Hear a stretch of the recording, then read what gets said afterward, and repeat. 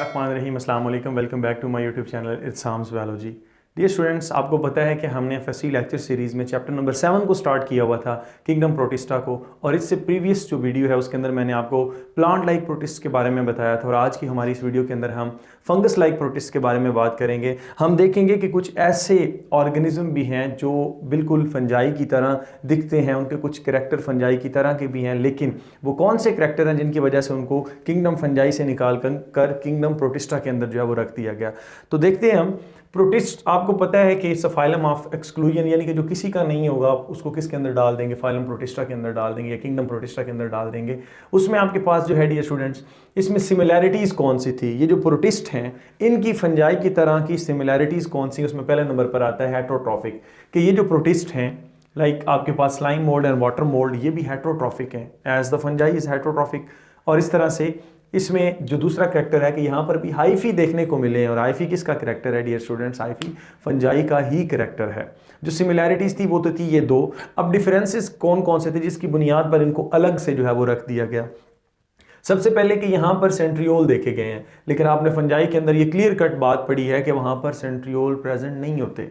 तो यहाँ पर सेंट्रियोल है तो इसका मतलब है कि ये उससे बिलोंग नहीं करती, नंबर एक। नंबर दो कि यहाँ पर इनकी जो सेल वॉल है वो किससे मिलकर बनी हुई है, सेलुलोज से। While in the case of fungi वहाँ पर आपको किसकी देखने को मिलती है cell wall, that is the chitin से मिलकर बनी हुई होती है। तो ये दो डिफरेंसेस थे।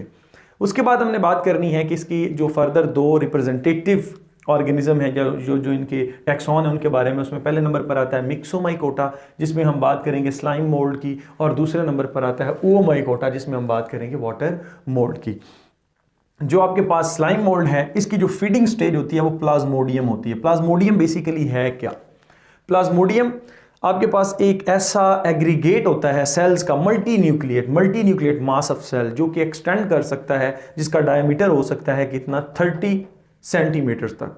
और उसके बाद ये स्टूडेंट्स आपके पास इसकी अपीयरेंस कैसी होगी, स्लाइमी अपीयरेंस होगी, और फिर ये क्रीप करता रहेगा, ऐसे क्रीप करता रहेगा, ठीक है ना। और जब ये क्रीप करता है तो ये क्या करता है, इंजेस्ट करता है बैक्टीरिया को एंड यीस्ट को, और उसके अलावा ये क्या कर सकता है, ये क्या खा सकता है, ऑर्गेनिक मैटर जो है, decaying organic matter, leaf litre हो सकता है, यानी कि जहाँ पर पत्ते या लकड़ियाँ वगैरह होंगी तो उनके ऊपर ये ग्रो करेगा और उसको आहिस्ता आहिस्ता जो है वो खाना शुरू कर देगा। तो इस तरह से ये अपनी फीडिंग पर्पस जो है उसको कंप्लीट करता है। अगर इसके लाइफ साइकिल के बारे में हल्का सा देखा जाए तो जब भी डियर स्टूडेंट्स आपके पास इन्वायरमेंट हार्श कंडीशन आ जाती हैं तो फ़ौरन से ये जो स्लाइम मोल्ड है, स्लिपरी अपीयरेंस है, ये क्या करता है, फ़ौरन से आपके पास ये बना देता है क्या, स्पोर्स। तो जब अनफेवरेबल कंडीशंस होंगी तो ये पर्टिकुलर स्ट्रक्चर प्रोड्यूस करेगा जिनको हम स्पोरेंजिया का नाम देते हैं। स्पोरेंजिया के अंदर मियोसिस होगी। मियोसिस से आपको पता है हैप्लॉइड नंबर ऑफ जो है वो हैप्लॉइड जो है इसके अंदर नंबर ऑफ क्रोमोसोम्स होंगे, सेट एक ही होगा, और ये स्पोर्स बनेंगे। ये स्पोर्स जब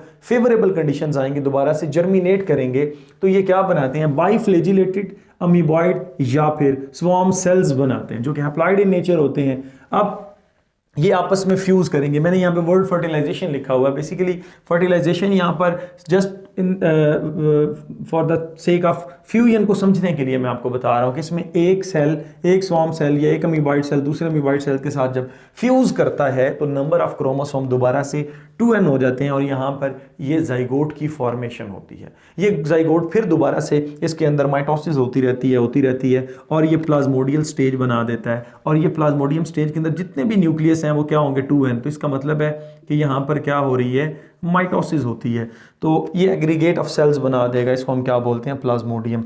और फिर ये जो आपके पास स्लाइम मोल्ड है इसको जो है वो किसके लिए ज़रूरी माना जाता है या इसकी इंपॉर्टेंस क्या है। तो डियर स्टूडेंट्स, जितनी भी मेडिकल रिसर्च हुई हैं उनके अंदर इसका बड़ा रोल है। इसकी मदद से हम ग्रोथ पैटर्न और डिफ्रेंशिएशन पैटर्न जो है उसको हमने स्टडी किया है। इसमें साइटोप्लाज्मिक स्ट्रीमिंग को स्टडी किया, साइटोस्केलेटन के फंक्शन को स्टडी किया है, क्योंकि इसमें स्टडी करना ईजी था, क्योंकि साइटोप्लाज्मिक एक पूरे का पूरा कंटेंट है और उसके अंदर न्यूक्लियाई पड़े हुए हैं। उसके बाद हम बात करेंगे वाटर मोल्ड की। इसको स्लाइम मोल्ड क्यों बोलते हैं, क्योंकि इसकी अपीयरेंस जो है वो स्लाइमी है। इसको वाटर मोल्ड क्यों बोलते हैं, क्योंकि वाटर की प्रेजेंस में ये ग्रो बहुत अच्छा कर सकती है। वो कैसे है वो भी मैं आपको बताऊंगा। उसमें फर्दर हम पढ़ेंगे ओमा, इसको हम किससे बिलोंग करते हैं, जो है ये ओमाइकोटा से बिलोंग करता है, और फिर इसको माना जाता है कि ये ancient group of the fungi है, अब पुराना है, ठीक है। कि यहाँ पर फंजाई ने इसके बाद अपने अंदर अमेंडमेंट्स की हैं। फंजाई ने समझा कि सेल वॉल में सेलुलोज नहीं होनी चाहिए, काइटिन होनी चाहिए जो इससे ज़्यादा अच्छी हो सकती है। इसी तरह से क्योंकि उसने एक्स्ट्रा सेलुलर एंजाइम जो है वो सिक्रीट करने होते हैं जो कि डाइजेशन में हेल्प करते हैं, तो इस पर्पज़ से उन्होंने काइटिन के अंदर ख़ुद को कन्वर्ट किया जो सेल वाल है उसको। तो इस वजह से डियर स्टूडेंट्स, इसकी जो सेल वाल है, जो ये वाटर मोल्ड है, इसकी सेल वाल किससे बनी हुई है? मिलके सेलुलोज से। वाल इन द केस ऑफ फंजाई वो किससे मिलकर बनी हुई है? काइटिन से। और यहाँ पर जो हाइफी आपको देखने को मिलते हैं वो सिनोसिटिक हाइफी होते हैं। What is coenocytic? यहाँ पर ये सारे न्यूक्लियाई एक हाइफी के अंदर इकट्ठे होते हैं। ये जितने भी मैंने डॉट्स लगाए हैं ये न्यूक्लियस हैं। So aggregate of nucleus and cytoplasm होगा, कोई क्रॉस वॉल मौजूद नहीं होगी। वाइल आपने फंजाई के अंदर पढ़ा था कि वहाँ पर ऐसे क्रॉस वॉल्स भी मौजूद होती हैं ऐसे, ठीक है। तो ये हाइफी सेप्टेट होता है और ये हाइफी ए सेप्टेट होता है। जैसे आपने राइजोपस के अंदर पढ़ा है कि यहाँ पर सिनोसिटिक कंडीशन होती है, ए सेप्टेट हाइफी होता है। और उसके बाद ये जो वाटर मोल्ड है ये बड़ी मशहूर है, नोटोरियस इसका कैरेक्टर रहा है ह्यूमन हिस्ट्री के अंदर। 19th सेंचुरी के अंदर जो आयरिश लोग हैं ना, आपको पता है कि जैसे हम लोग गंदम खाते हैं तो वो लोग पोटैटो खाते हैं। वो उनका जो गुजारने का लाइफस्टाइल है वो पोटैटो के ऊपर है, उनकी मेन फूड जो है वो पोटैटो है। तो तब क्या हुआ डियर स्टूडेंट्स? आयरिश फेमाइन आई, आयरिश पोटैटो फेमाइन के नाम से 19th सेंचुरी के अंदर है।